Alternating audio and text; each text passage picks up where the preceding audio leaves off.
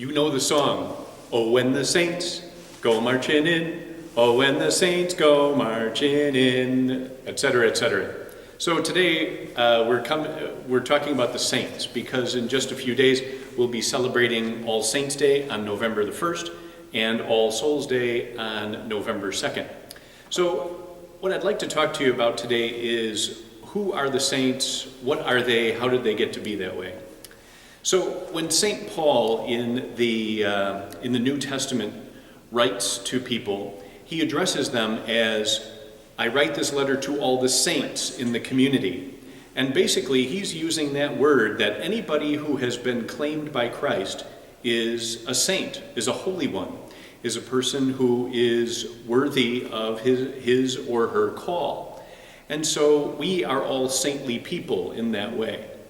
Now, a lot of us, if I say something like that, "Well, you're a saintly person,"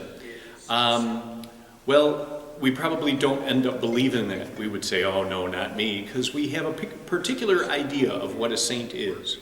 And there, of course, is the difficulty, is that the church has a list of official saints, if you want to list it that way. Saints that we venerate because they have great charity, great love of God, because they have done some amazing things, maybe also too because they have founded a religious order. That's another possibility. So basically, officially in the church, a saint is a person who has exceptional Christian values and lives those out well. And so we think of somebody like St. Francis of Assisi, who had exceptional humility, exceptional generosity, lived completely in poverty, gave away basically everything that he had. And we honor him, venerate him as a saint. And that's a good thing to do. We should put humility, we should put generosity in our own lives. And then there are other saints as well who are hidden, basically. You know, we talk about St. Bartholomew, the disciples, and yet we know very little about them. But we do know that they followed Christ, and that really is the foundation of what it means to be a saintly person. That is, a saint is one who models his or her life after Christ's life. St. Ignatius talked about that constantly, about how he wanted his life to be an imitation of Jesus' life. And that's not just him, but basically all the saints that are listed in the church are people who put their relationship with Jesus above and beyond everything else. They didn't care about themselves.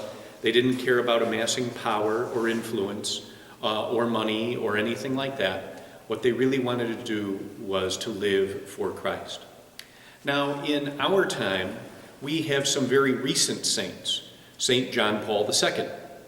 John Paul II, just a few years ago, was named a saint along with Pope John the 23rd, who was Pope during the middle 1960s.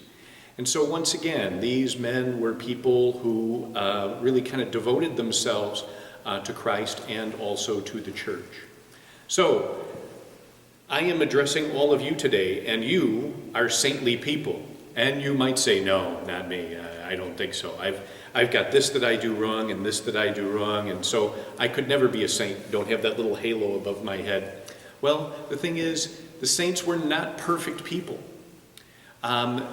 They were sinners, and that's one of the first things that they say, is that I am not a perfect person. However, I have become perfect in Christ Jesus, who is my inspiration.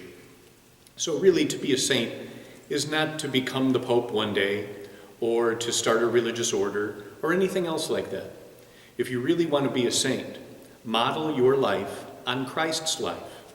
And that way, you will be a saint of the Catholic Church. God bless and have a great day.